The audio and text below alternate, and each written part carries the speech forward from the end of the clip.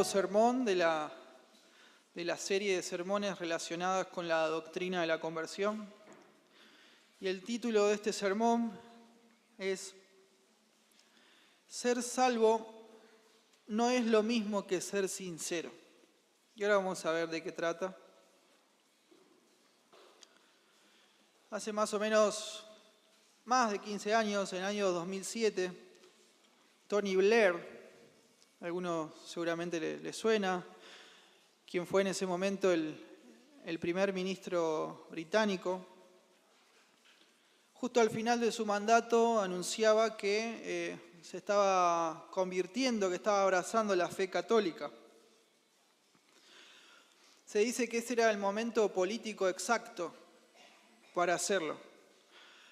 Porque bueno, en aquel lugar el primer ministro tiene la autoridad la responsabilidad también de elegir al arzobispo de Canterbury, ¿sí? Que es el que dirige la iglesia allá en Inglaterra.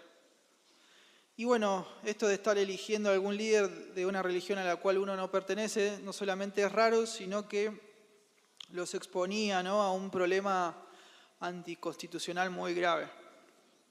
Pero raro, ¿no? Justo ahí se convirtió al catolicismo. Es difícil no descreer de conversiones de ese estilo, ¿no? Y hoy por hoy está muy de moda desconfiar de cualquier tipo de conversión a lo que sea, ya sea una ideología, partido político, estilo de vida, pero especialmente si esa conversión es religiosa.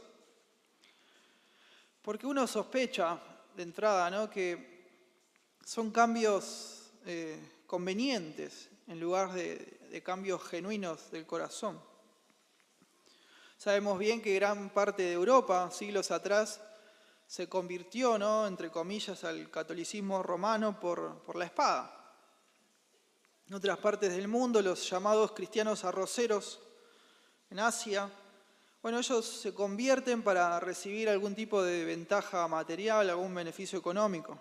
Sabemos bien también que el Islam creció y al día de hoy crece usando métodos similares, económicos y de violencia. En la India, el hinduismo, ¿no?, el budismo también se expandió así por estrategias militares, políticas. Entonces, como una respuesta, ¿sí?, a todo este tipo de conversiones falsas, a partir de lo que se llamó el segundo gran avivamiento en la historia, después puede investigar allá en el 1790, al 1850, o incluso antes, los cristianos evangélicos empezaron a recalcar la necesidad de no solo profesar la fe, es decir que soy cristiano, sino también, y subraye esto, de que la fe fuera sincera. Sincera. Para ellos parecía ser que la sinceridad, ¿no?, era o es la marca que diferencia a un hipócrita de aquel que se convirtió a Cristo de forma verdadera. Una mujer, tiempo después, pero cerca de esa fecha, Fanny Crosby dijo lo siguiente, y note, muy interesante, para entender todo esto, a dónde vamos. Cuando el más grande de los pecadores cree de corazón, en ese mismo momento de Jesús recibe el perdón. Y normalmente la veracidad, ¿no?, de la fe era demostrada a través de alguna acción emocional o visible, como podía ser levantando la mano o pasando al frente o las dos juntas, ¿no?, etcétera. Usted sabe. Pero la gran pregunta que nos tenemos que hacer es cuánta sinceridad se necesita. ¿Cómo tiene que ser la intensidad de nuestra sinceridad? Y ahí está el punto, ¿no? Seguramente algunos se van a sentir identificados, pero así también fue mi experiencia de conversión, entre comillas, en mi niñez y adolescencia. En el contexto del cual yo vengo, las conversiones, otra vez entre comillas, se solían hacer a final del culto, ¿sí? Siempre era en respuesta a un llamado a pasar adelante y a repetir una oración. ¿Sí? La confesión de fe, a uno lo conocen con ese nombre, ¿no? La oración del pecador, donde uno le hacen repetir, ¿no? De que reciba a Cristo en el corazón, etc. Y fue tremendo ese momento, me acuerdo. Fue muy emocionante, ¿no? Caminar hacia adelante, todos me miraban, repetir esa oración y sobre todo, ¿no? Escuchar al predicador que con toda seguridad ahí declaraba que a partir de ese momento ahora yo era un hijo de Dios. Tremendo. Pero el problema para mí, después de ese punto, siempre fue la incertidumbre. Siempre fue la incertidumbre. De si eso había sido verdadero o no. Yo había actuado con sinceridad, sí, o al menos eso trataba de pensar. Pero la pregunta mía era, ¿cuán sincero había sido? O si eso había sido emocional o no, bueno, no sé. En la misma línea de lo que estoy contando, en el mismo nivel, otra cosa que yo veía a otros y a mí mismo, era pasar adelante, tiempo después, a reconsagrarnos a Cristo, a Dios, como entregarnos de nuevo.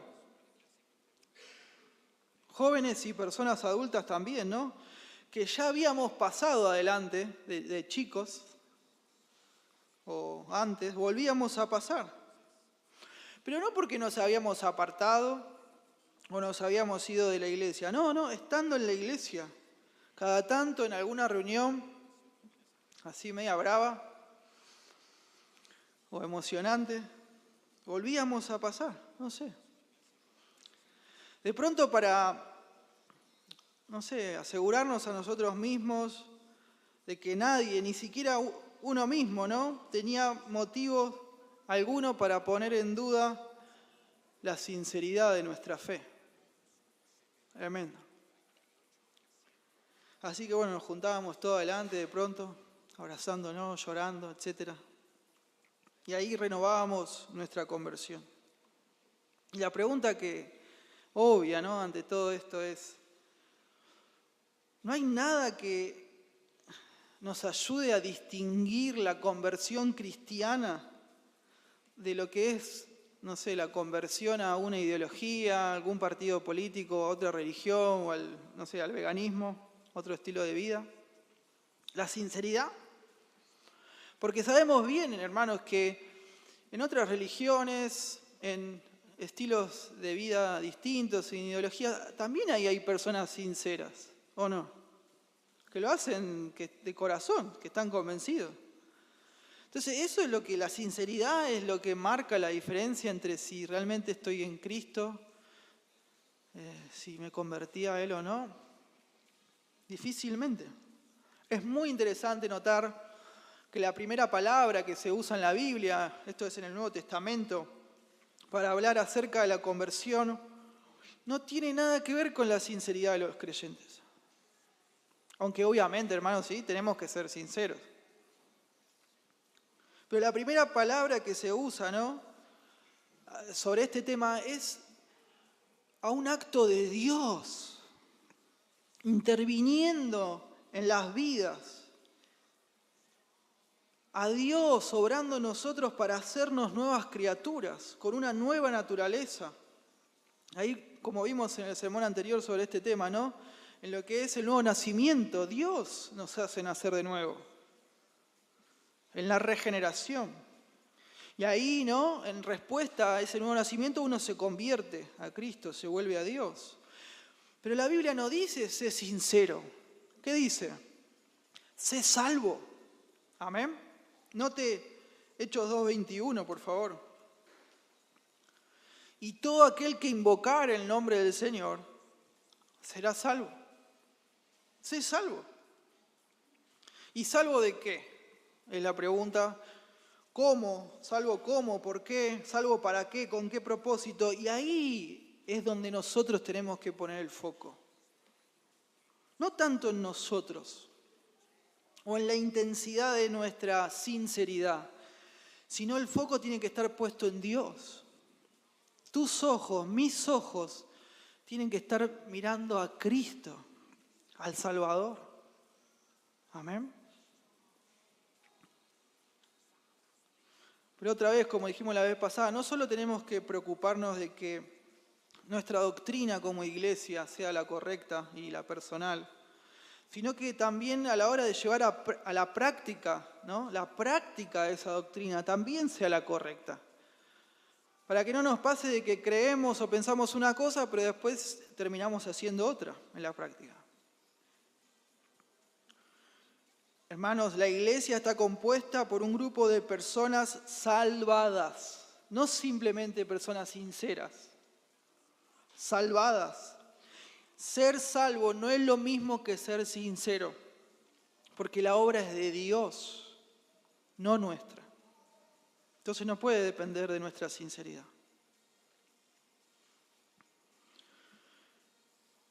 ¿Salvos de qué? Preguntábamos. ¿Salvos de la ira de Dios?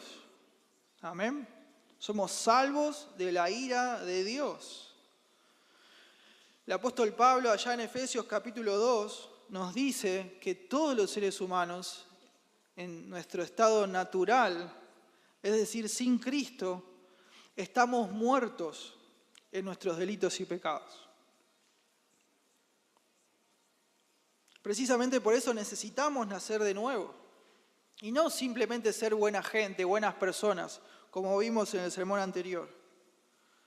No solo somos incapaces, hermanos, de cambiar por nosotros mismos, sino que especialmente estamos bajo la condenación de Dios, bajo la ira de Dios.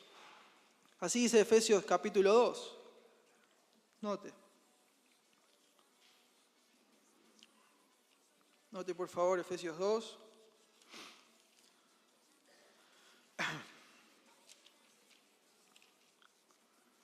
Versículo 3 hacia el final. Dice, y éramos por naturaleza hijos de ira. Lo mismo que los demás, estos hijos de ira es hijos de la ira de Dios. La ira de Dios. Porque Dios nos creó naturalmente, originalmente, para que viviéramos como sus hijos, hijos creados a su imagen y semejanza, que se parezcan a su Padre, pero elegimos escoger nuestro propio pecado y entregarnos a buscar nuestra propia gloria. En vez de comportarnos como hijos del rey, intentamos derrocar a ese rey. Y así fue como nos convertimos en hijos de ira, lejos de la gloria de Dios. Estamos destituidos de esa gloria, no la alcanzamos.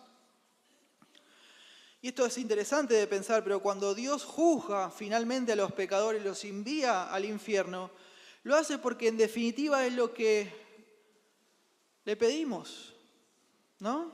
Una vida sin Él, una vida sin Dios. Yo no quiero tener nada que ver con Dios, entonces Dios al pecador, ¿qué hace?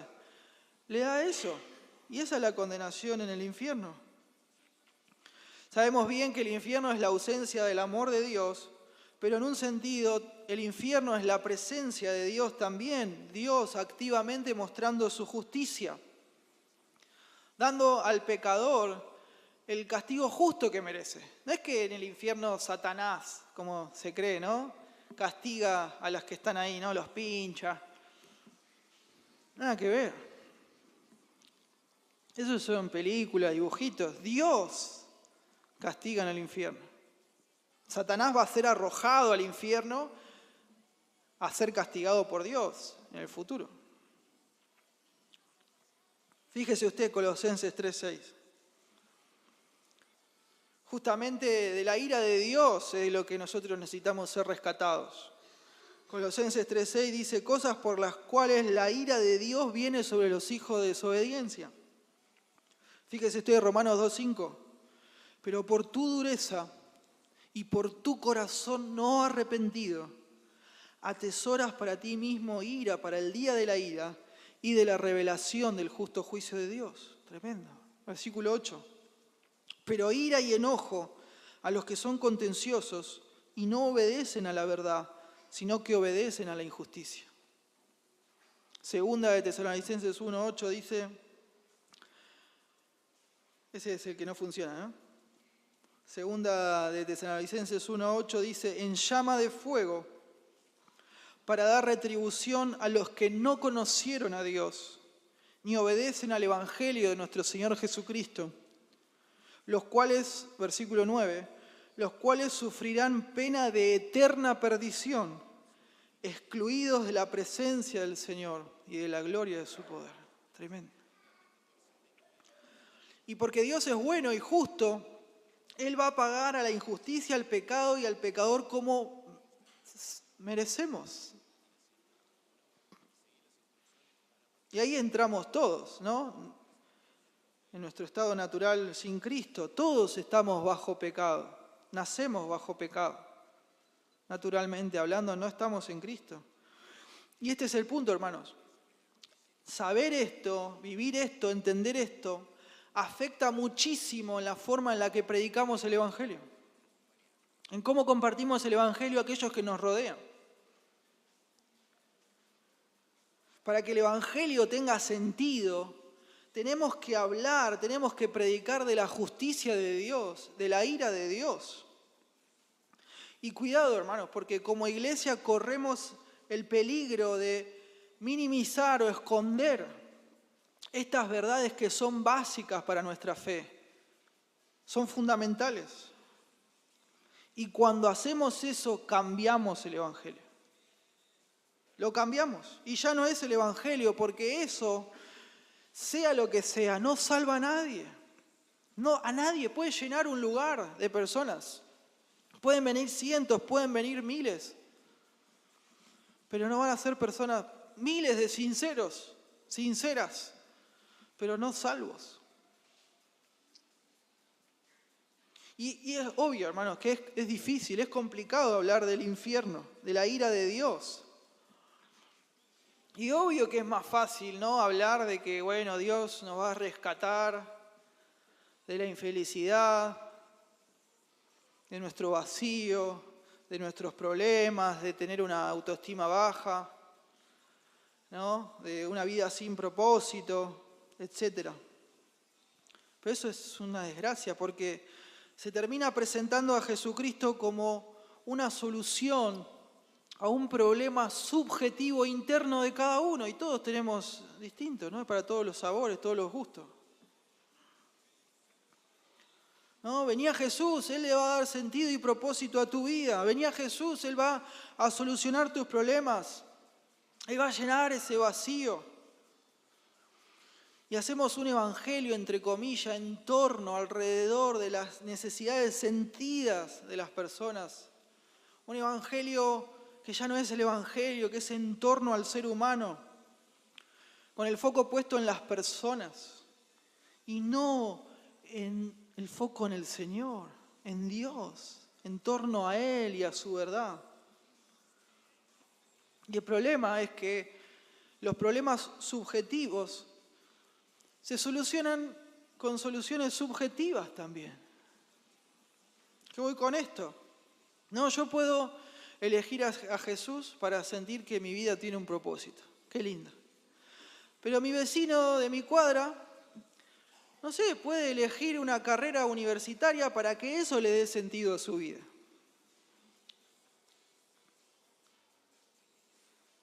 Y lo puede hacer con toda sinceridad, de corazón. O puede elegir otra religión o un partido político.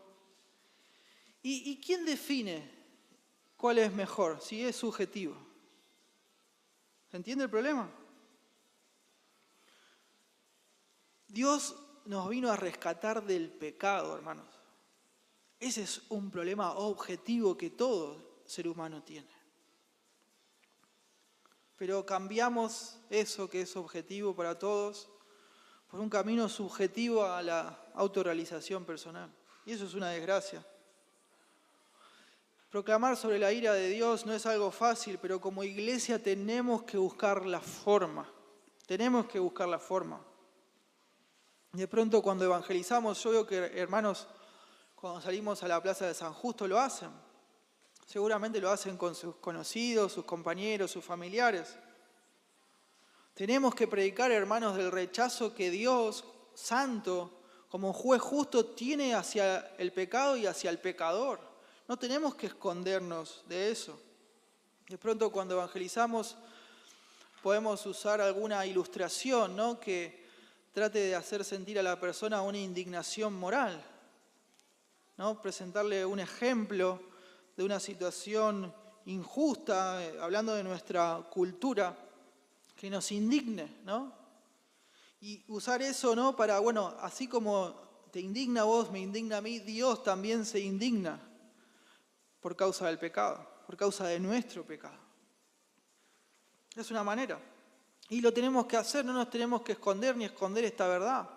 En las enseñanzas que tenemos, los domingos, los sábados, los días que sean, a adultos, a niños, a adolescentes, tenemos que reforzar, hermanos, la verdad de que nuestro gran problema es la ira de Dios sin Cristo. No nuestro vacío, nuestra falta de propósito o infelicidad subjetiva. Lo mismo cuando discipulamos, tenemos que buscar la manera de enseñar la importancia de la autoridad, de la ira, de la justicia, de la santidad de Dios. Y es muy triste, pero la mayoría de las personas, obvio, todos los que están sin Cristo, ¿no?, suelen negar la realidad, la doctrina del juicio final, porque no quieren reconocer que esta vida es importante. Es tan importante que las decisiones que tomamos en esta vida afectan nuestro destino eterno. Lo afectan, y la gente quiere negar eso. Y afectan nuestro destino eterno de una forma irrevocable, decisiva, que no se puede cambiar. Justamente la dignidad que Dios puso en nosotros se refleja en su ira. Las decisiones que tomamos tienen peso para Dios. Entonces, en resumen, hermanos, la ira de Dios, la doctrina de la ira de Dios es algo fundamental en nuestra fe como cristianos. Si no nos esforzamos en presentar las malas noticias de una forma que sean relevantes, entonces las buenas noticias tampoco van a ser relevantes. Es como tirarle un salvavidas, ¿no?, a alguien que está en la orilla y no se está ahogando. Es decir, ¿para qué lo quiero? No, tenés que ponerlo en contexto, ¿no?, que se está por morir, se está por ahogar, ¿no? Y ahí le tirás el salvavidas y es la única salvación. ¿Se entiende? Entonces somos salvos de la ira de Dios.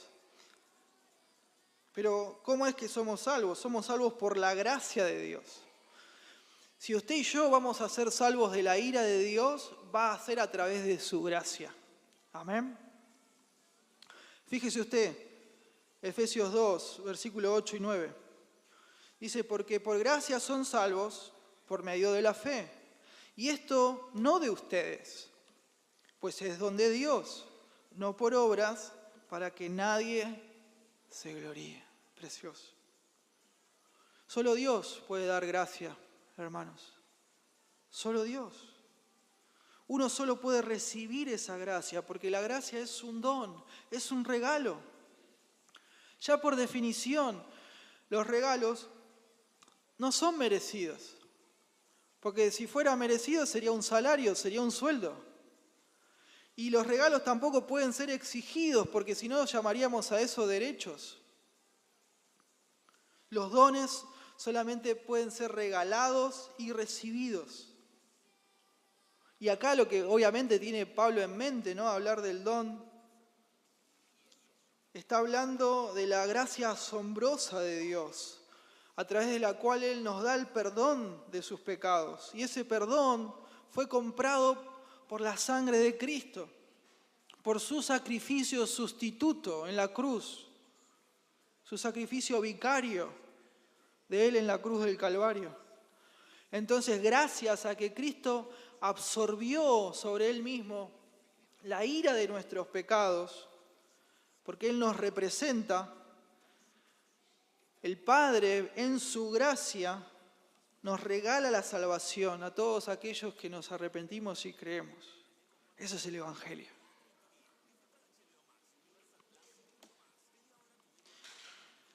Y el punto hermoso es que la gracia, hermanos, destruye, la gracia de Dios destruye el concepto moral de que uno puede presentarse limpio delante de Dios por sus propias fuerzas, o caminos, o ideas. Destruye ese orgullo de las personas de creer que no tienen necesidad de ser perdonadas por Dios. O por otro lado, ¿no? Ayuda a aquellos que piensan que Dios no puede perdonarles. No, yo las cosas que hice no tienen perdón. No, la gracia de Dios es suficiente. Amén. Y esto es muy importante también, subraye. La gracia de Dios pone a la fe en el lugar que le corresponde, en el lugar correcto. Pensemos en este último punto. Pablo nos dice acá en Efesios 2, inspirado por el Espíritu Santo, que los creyentes somos salvos por gracia por medio de la fe.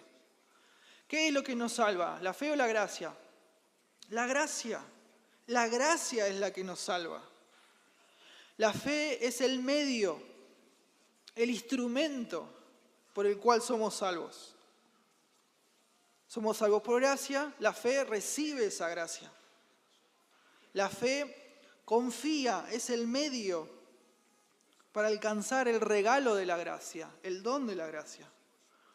Somos salvos, hermanos, por medio de la fe sola, sin obras. Algunas, tristemente, iglesias evangélicas y la Iglesia Católica Romana enseña que es como miti-miti, ¿no? Que recibimos la gracia cuando colaboramos con Dios haciendo buenas obras o cuando celebramos la misa. Pero nada que ver, no es así. Recibimos el regalo gratuito de Dios, la gracia, solamente por medio de la fe, sin la ayuda de las buenas obras. Precioso. Entonces, no es que la fe salva, la gracia nos salva por medio de la fe. Fíjese usted, Efesios 2, 8. Acompáñenme ahí, dice, porque por gracia son salvos por medio de la fe. Y esto no de ustedes. ¿A qué se refiere con esto? ¿La gracia es masculino o femenino? La gracia. De a uno, ¿eh? Femenino. La fe, ¿qué es? ¿Femenino o masculino? Femenino también. ¿Y por qué dice esto? ¿Esto qué es? ¿Femenino o masculino? Ninguno. Neutro. Se refiere al hecho. El hecho de ser salvos por gracia, por medio de la fe, no es algo de nosotros. Viene de Dios. ¿Para qué? Para que nadie se gloríe. Amén. Y este es el punto, el gran punto, pero muy importante. ¿Qué pasa cuando creemos que la fe es la que nos salva? Bueno, ahí es cuando la sinceridad pasa a tener una importancia excesiva, desmedida, que Dios no quiere. Vemos, no sé, la fe como una acción individual, ¿no? Bueno, esa oración que yo oré, esa vez que pasé adelante, esa decisión que tomamos, esa tarjeta, ¿no? Que algunos hemos completado, a partir de hoy sigo a Jesús, o levantar la mano, etc. No es una acción individual el fruto de nuestra fe, ¿no? Es una actitud que involucra toda nuestra forma de vida. Es un cambio radical, amén, que se ve en todo. ¿Y cuál es el problema de todo esto? Es que nunca vamos a poder estar seguros si fuimos alguna vez lo suficientemente sinceros.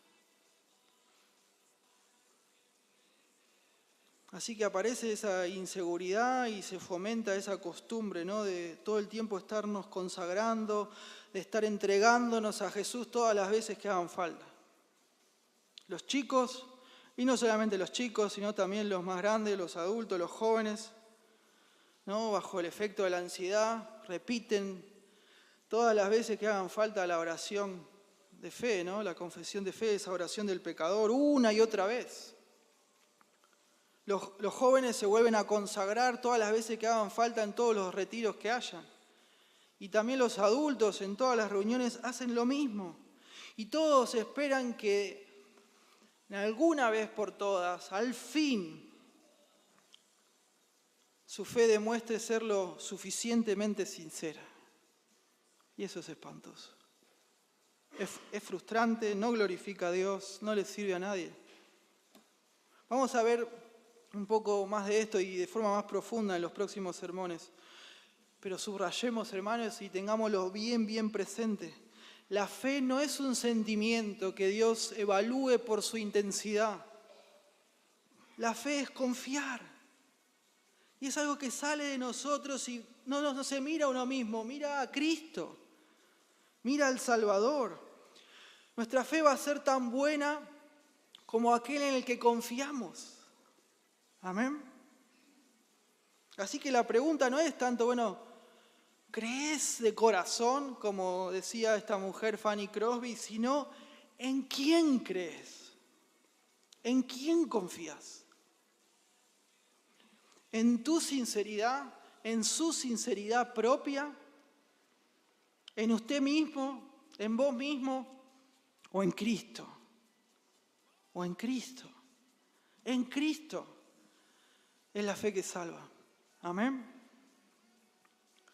Muchas iglesias, tristemente, con el paso de los años, produjeron una generación de cristianos inseguros que revisan todo el tiempo introspectivamente la sinceridad de su fe.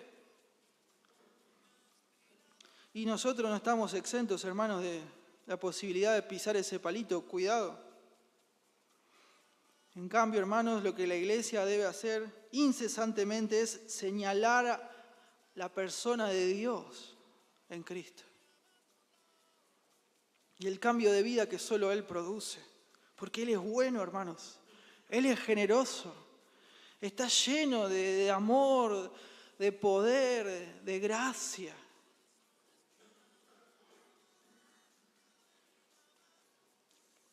Tenemos que confiar en Él y en su gracia para nuestra salvación, y no en la fuerza de nuestros sentimientos. Otra vez, ser salvo no es lo mismo que ser sincero. La obra es del Señor, no es nuestra. ¿Por qué somos salvos, hermanos? Somos salvos por el amor de Dios. ¿Por qué Dios salva a los pecadores? Porque nos ama. Porque nos ama. Note Efesios 2, versículo 4. Pero Dios, que es rico en misericordia, por su gran amor con que nos amó, aun estando nosotros muertos en pecado, nos dio vida juntamente con Cristo. Por gracia son salvos. Y juntamente con Él nos resucitó y asimismo nos hizo sentar en los lugares celestiales con Cristo Jesús. Luego en casa compare con Tito 3, del 4 al 5.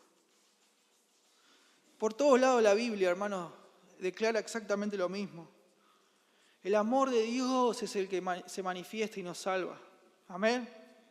Y eso lo hace a pesar de nuestro pecado y de nuestra rebelión. Romanos 5:8, precioso, dice: mas Dios muestra su amor para con nosotros, en que siendo aún pecadores, Cristo murió por nosotros. Es a pesar. Y la palabra de Dios, hermanos, la Biblia, mi amigo, mi amiga, nunca dice, Dios le ama a usted tal cual es usted. No. Sino que Dios le ama a pesar de cómo es usted. Amén. Que es muy distinto, muy distinto. Dios manifiesta su amor en su elección. Él es el quien nos escoge, el que nos elige. Dios elige amarnos y no tiene por qué hacerlo, Él no está obligado. Hay gente que le exige a Dios, nada que ver, Dios no está obligado con nadie, Él es Dios. Dios es Dios y Nosotros somos pecadores y eso es terrible. Y Él elige amarnos. Bajo toda lógica, hermano, Él no debería amarnos, pero lo hace. Somos salvos por el amor de Dios. Y el amor de Dios es precioso, no nos da la cabeza para entender toda su dimensión. No es un amor caprichoso. Tampoco, hermanos, es un amor descuidado, ¿no? Como el amor que de pronto puede tener un esposo descuidado por su esposa y, bueno, se acerca el aniversario y dice, viene el aniversario, ¿qué hago? No, nada que ver, el amor de Dios es infinitamente mejor que eso. Tratemos de pensar en el mejor esposo que ame a su esposa de la mejor manera posible, que nos gana a todos amando a su esposa. Bueno, agarremos ese amor, pongámoslo a la potencia de infinito, multipliquémoslo por infinito y recién ahí vamos a tener una idea chiquitita de lo que es el amor de Dios.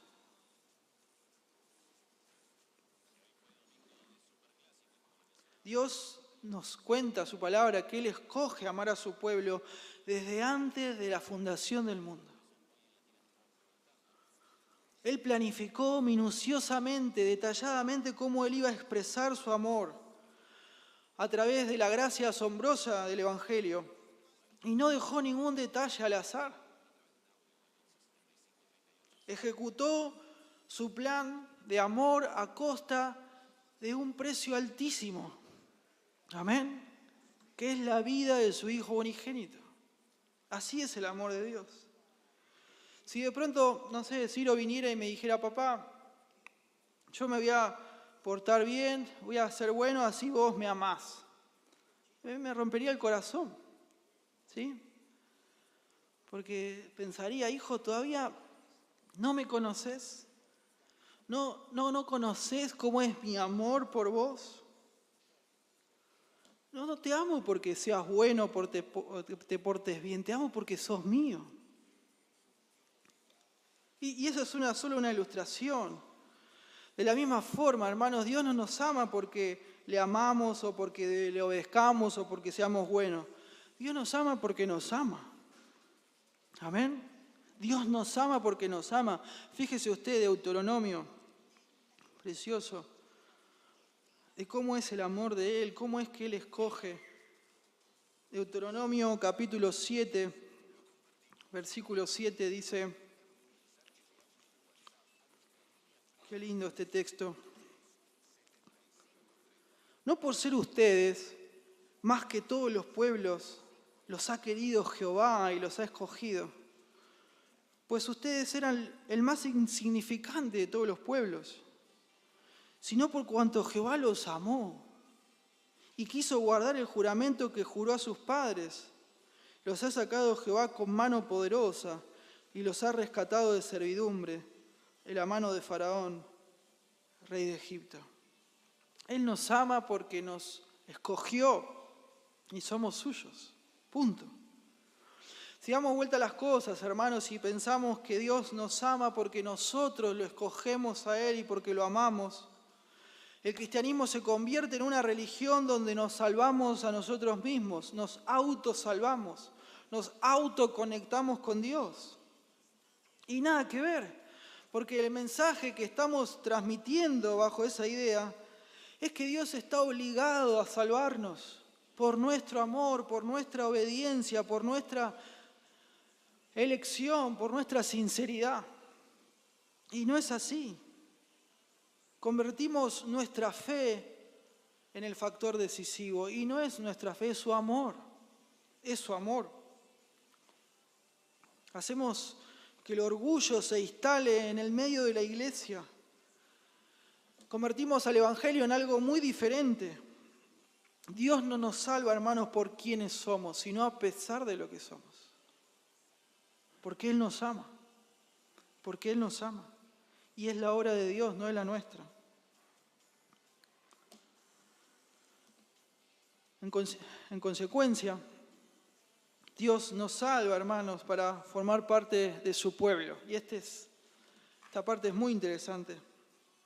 Sabemos bien que cuando Él nos salva, nos lleva a formar parte de una relación con Él mismo. Amén. Nos salva para relacionarse con nosotros. Pero no solamente para relacionarse Él con nosotros, sino que también nos lleva a formar parte de una comunidad. Ahí está el chiste también. Fíjese usted, Juan 10:16. También tengo otras ovejas, esto es el Señor Jesucristo hablando, que no son de este redil.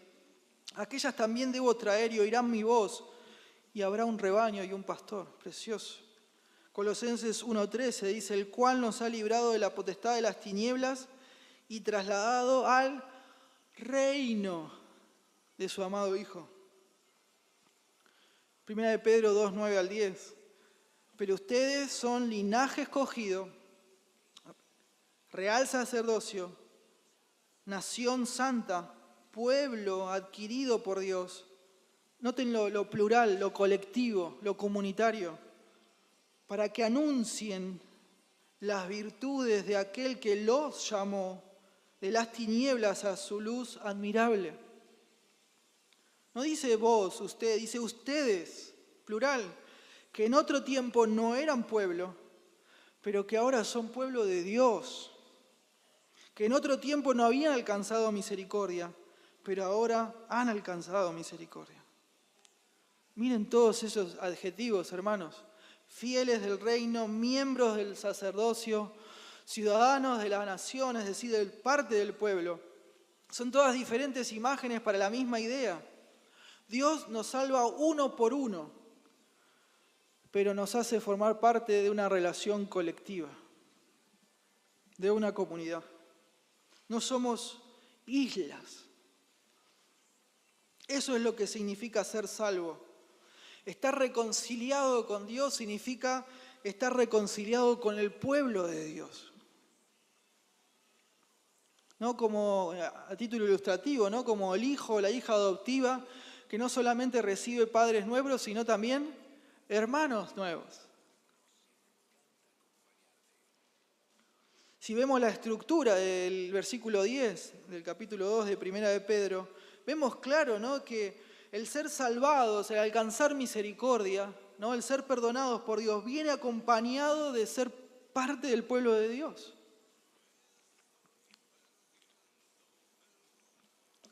Sabemos en toda la Escritura, desde el huerto del Edén, pasando por Abraham, los descendientes de Abraham, el pueblo de Israel, la iglesia, hasta llegando a la nueva Jerusalén, vemos a Dios siempre obrando para salvar a un pueblo, para su Hijo.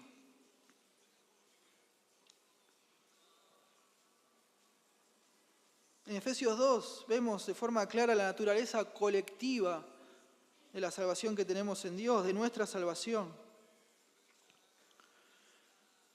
En versículos 1 al 10, como estuvimos recorriendo algunos, vemos el acto de Dios, ¿no?, de salvarnos de forma individual.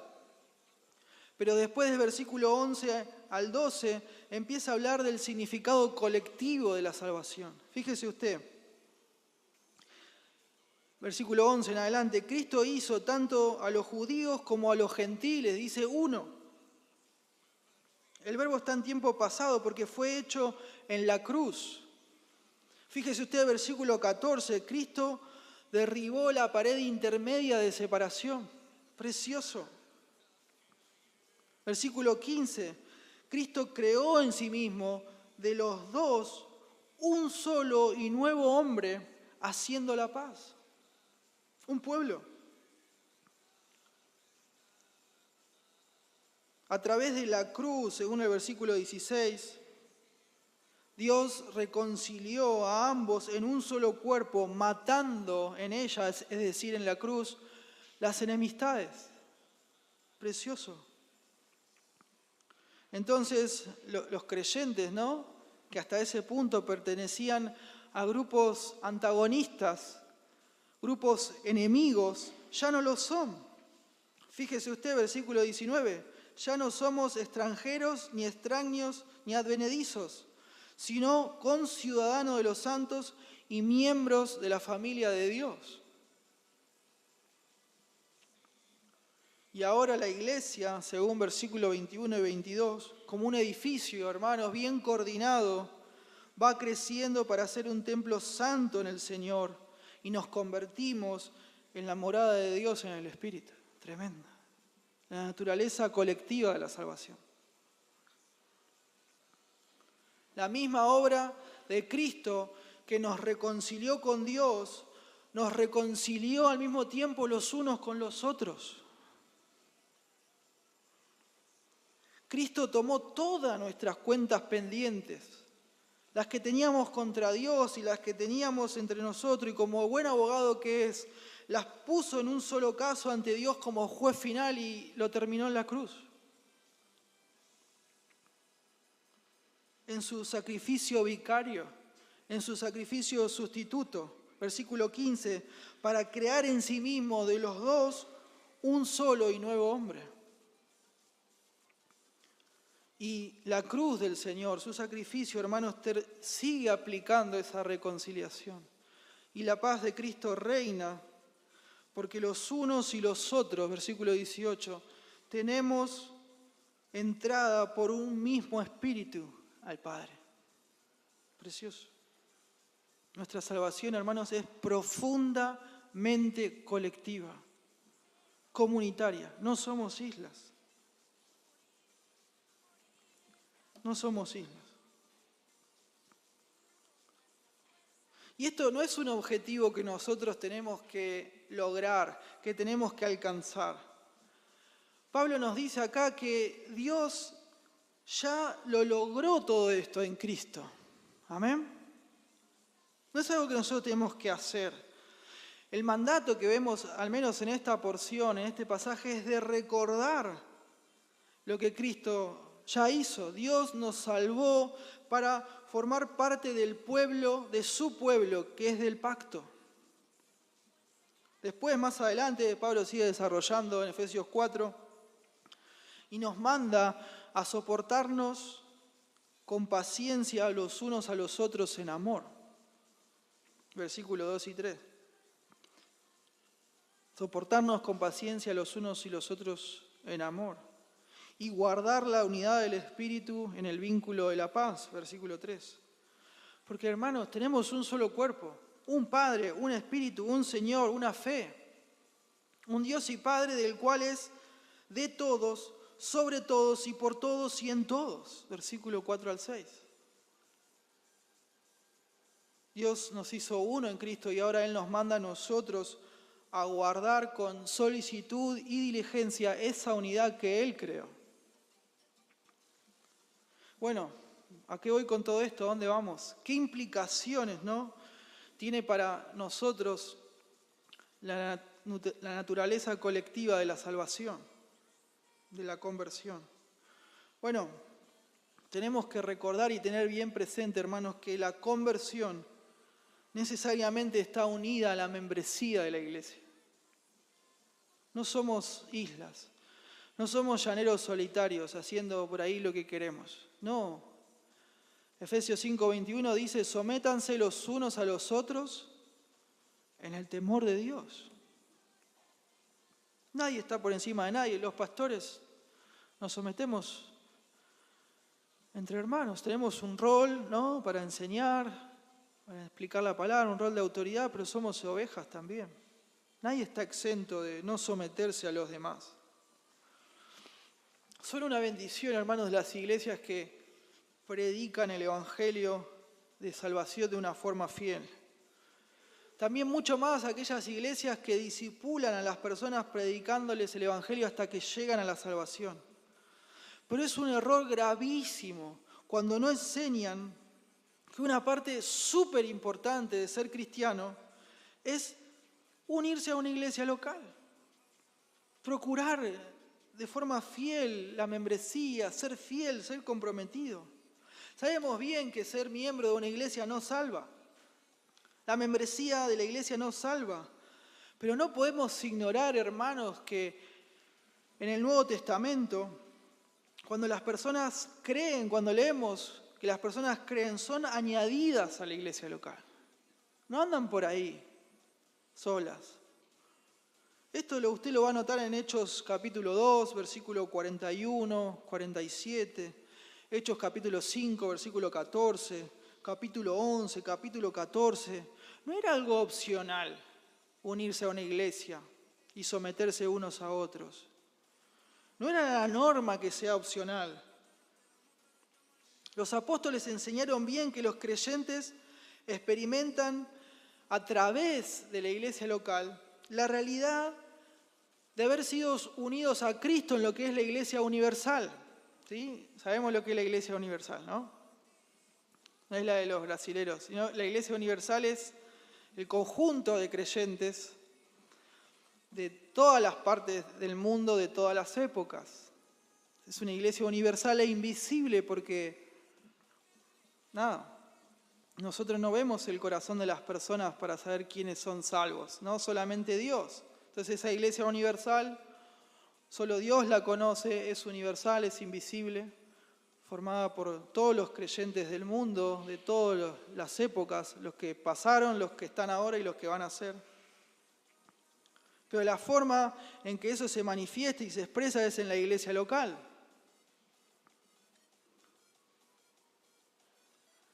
Efesios 2, versículo 19, ahí vemos a Pablo, ¿no? Desarrollando este argumento del cual estamos hablando. Y en el versículo 19 y 21 habla de que todos somos conciudadanos de los santos y un templo santo en el Señor.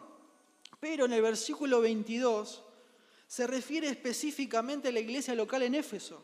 Fíjese usted, versículo 2. En quien ustedes también son juntamente edificados para morada de Dios en el Espíritu. Es como si Pablo les estuviera diciendo, lo que Dios ya ha hecho en todos nosotros, ahora lo está haciendo en ustedes, de forma específica y concreta. Lo universal se manifiesta, toma forma en lo que es local. Sabemos bien, hermanos, que aquellos que fuimos declarados justos en Cristo, ahora eso se manifiesta en cómo, en que buscamos la justicia práctica en nuestra forma de vida. Amén. De la misma forma, aquellos que somos declarados miembros del cuerpo de Cristo, debemos buscar la membresía con un grupo establecido de creyentes. ¿Y cómo es eso? En una iglesia local visible. Si usted no procura la membresía, mi amigo, mi amiga, que es local, que es visible, ¿puede decir realmente que es miembro de la iglesia invisible y universal? No puede. No se puede. Entonces, en este punto tenemos que ser súper claros.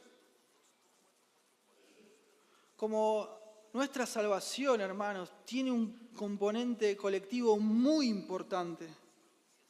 La doctrina bíblica de la conversión tiene mucho para decir acerca de la doctrina bíblica de la iglesia, porque es la obra de Dios, no es nuestra obra. No es como a mí yo quiero, no es como a mí me parece o como se me ocurre. Es el plan de Dios, es el diseño de Dios, es su salvación, es su obra. Y por último, para terminar, vamos a ver que somos salvos para la gloria de Dios. En última instancia, hermanos, nuestra salvación no es nuestra salvación en sí misma y ya, el objetivo, ¿no? No. Dios no diseñó nuestra salvación para que fuera un fin en sí mismo. Nada que ver. El propósito de nuestra salvación es la gloria de Dios.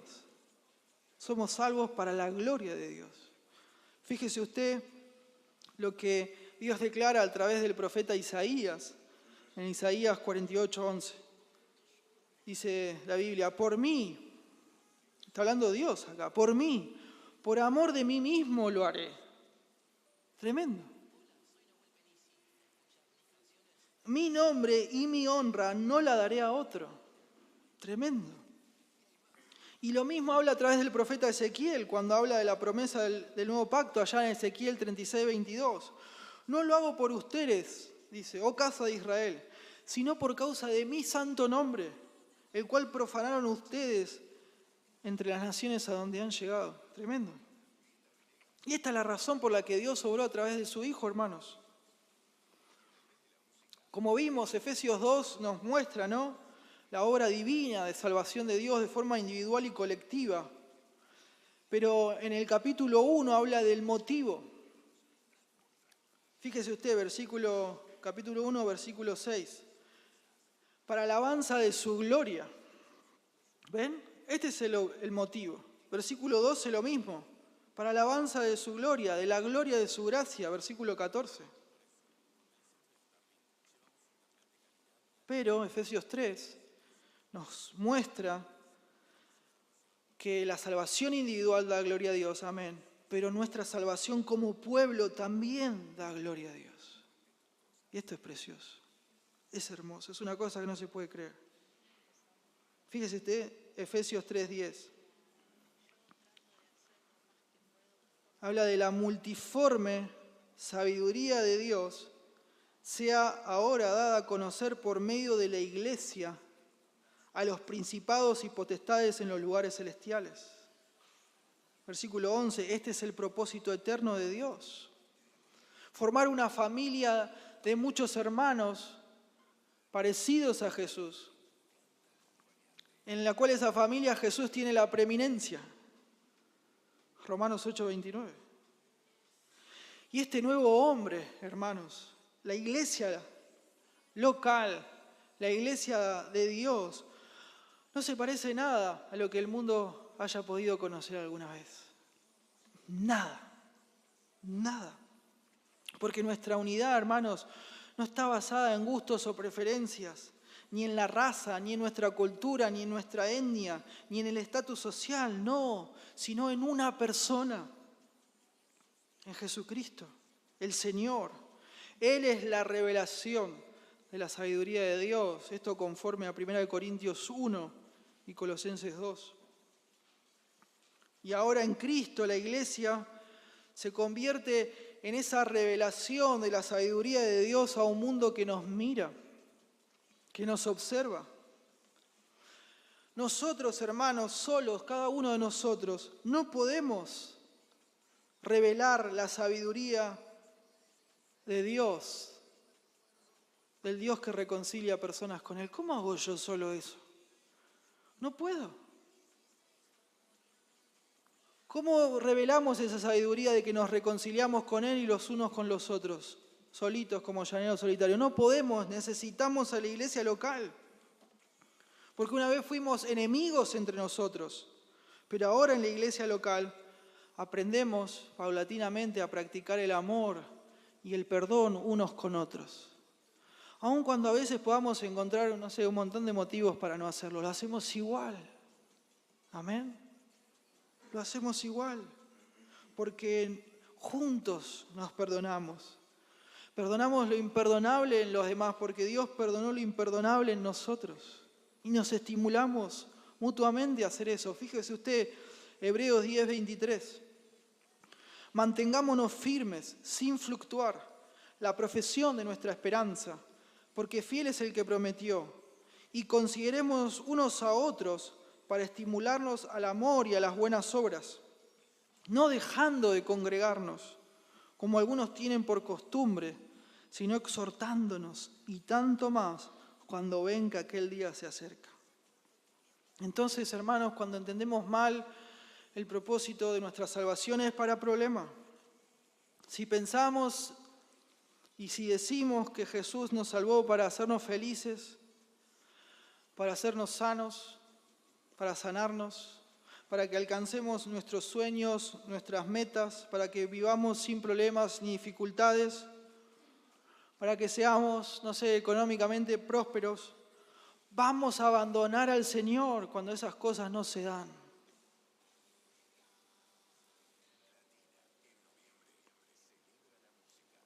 En vez de pensar, hermanos, que la vida cristiana gira en torno a Dios, que gira en torno al Señor, vamos a dar por sentado que la vida cristiana tiene que girar alrededor nuestro. Y nada que ver. Girar alrededor de uno mismo, de nuestros dones, de nuestros llamados, de nuestros problemas. Y eso hace que la iglesia local sea un escenario para mostrarse, y nada que ver, para autorrealizarnos, y no es por ahí. Dios se está dando a conocer. Pero en cambio, cuando entendemos que la salvación gira en torno a la gloria de Dios, entonces yo en mi vida cristiana ya está, ¿no? Dejo de hacer respetar mis derechos.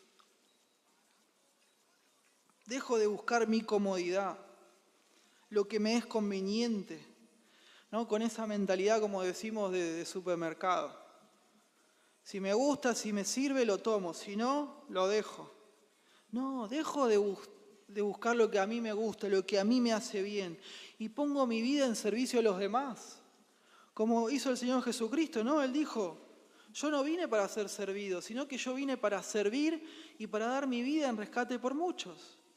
Y sabemos bien que Dios como creyentes nos está formando a la imagen de su Hijo, entonces tenemos que ir en ese sentido, en esa dirección. Si usted piensa que es cristiano y está yendo en la dirección de ver cómo se puede beneficiar su comodidad, dude de su salvación. Dude. La iglesia, hermanos, es la comunidad donde reflejamos juntos la gracia de Dios, la gloria de Dios. Yo me doy por amor de otros y por otros. Y ahí es donde está el sentido de la vida. Ya vimos, ¿no? Que la vida que vale la pena vivirse se vive sirviendo a los demás para la gloria de Dios. Para terminar, hermanos, por favor, recordemos, no somos salvos siendo sinceros, ni teniendo sentimientos profundos, ni haciendo buenas obras. Somos salvos por la obra de Dios de gracia que es en Cristo. Amén. Cuando como iglesia entendemos esto y expresamos esta realidad, mostramos al mundo entero, hermano, que el convertirse en cristiano no tiene nada que ver con las otras conversiones de ideología, de otras religiones, de partidos políticos. No es un simple cambio, ¿no?, de opinión o mentalidad. Convertirse en cristiano significa ser rescatado de la muerte para pasar a la vida, rescatado de la ira de Dios para pasar a tener el perdón de Dios, rescatado de la esclavitud para tener la libertad que es en Cristo Jesús. Y ese es un rescate que Dios obra por Cristo. Entonces ser salvo no es lo mismo que ser sincero. No es la obra nuestra, es la obra de Dios. Entonces, recordemos, como vimos en el sermón anterior, la conversión es nuestra reacción a la obra de Dios, a la obra del Señor, en la regeneración. Cuando nos cambia de raíz, nos da una nueva naturaleza. Él nos hace nacer de nuevo. Amén. Y debemos ser salvos. Usted debe ser salvo si todavía no está en Cristo. Es solo a través de Cristo. Pero no olvide que la conversión también implica nuestra acción, su acción, mi acción. Dios nos salva, pero yo me levanto, camino y persevero siguiendo a Cristo. No se quede cruzado de brazos. Hay personas que dicen, bueno, hasta que Dios no haga la obra. No, estás torciendo la Biblia si pensás de esa forma. Él te llama, te convoca, te ordena a que dejes tu vida, que renuncies a tu vida y vengas a Él y le sigas. Y obviamente no quiero terminar este sermón sin hacer un llamado a aquellos que todavía están sin Cristo. Mi amigo, mi amiga, si usted todavía no ha abrazado a Cristo por medio del único evangelio de salvación, tristemente todavía la ira de Dios está sobre su vida. No importa la edad que tengas.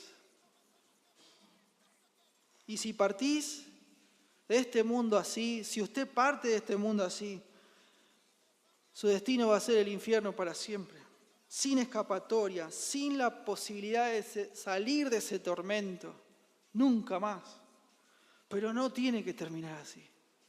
Venga a Cristo hoy, con arrepentimiento y con fe, con confianza, con las manos vacías de la fe.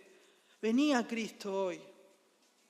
Dios envió a su Hijo amado, como estuvimos hablando tanto, a vivir una vida perfecta sin pecado. Y Él no pecó en nada. Y estando así, sin pecado, siendo perfecto, pagó el precio de nuestro pecado, de nuestra maldad en la cruz del Calvario. Como sustituto, Él recibió la ira que nuestros pecados merecen. Murió en esa cruz, fue sepultado, pero al tercer día resucitó con poder, con gloria, con majestad, con potencia, confirmando que Él era quien decía ser. No un loco, no un mentiroso, no, Dios con nosotros, Emmanuel, el Hijo de Dios, el Cordero de Dios que quita el pecado del mundo. Y ahora podemos y debemos personalmente recibir el perdón de los pecados y la vida eterna. Solo por Cristo, solo en Cristo. Ahora Cristo solamente, Él abre las puertas de la gracia, de la salvación, de la vida eterna, del perdón de pecados, para todo aquel que viene a su gracia por medio de la fe. Reconociendo su pecado, su maldad, su miseria espiritual, su bancarrota espiritual. Por favor, venga Cristo, confíe en Él, conviértase en su discípulo, sígale sin mirar atrás, porque no hay esperanza alguna fuera de Jesucristo. No hay esperanza alguna fuera de la gracia de Dios, que es únicamente en Cristo Jesús, Señor nuestro. Amén. Padre Celestial, oramos para que usted use su palabra para salvar a aquellos que no le conocen y use su palabra para edificar a su iglesia, para que creamos las cosas correctas, como es la realidad de la conversión. Pero no solamente para que la creamos, sino para que la practiquemos, para que la pongamos por obra de una forma coherente con lo que usted nos revela en su palabra. Porque usted nos salva por su gracia, nos salva para su gloria, nos salva de su ira, nos salva por amor, nos salva para ser parte de su pueblo. Y no lo hace por la intensidad de nuestra sinceridad, ni por ninguna de nuestras obras, sino que lo hace solamente porque usted tomó la iniciativa y decidió regalarnos su gracia, darnos la salvación por su gran amor con que nos amó. Reciba toda la gloria, la alabanza y la adoración en el nombre de Jesús. Amén. El Señor los bendiga.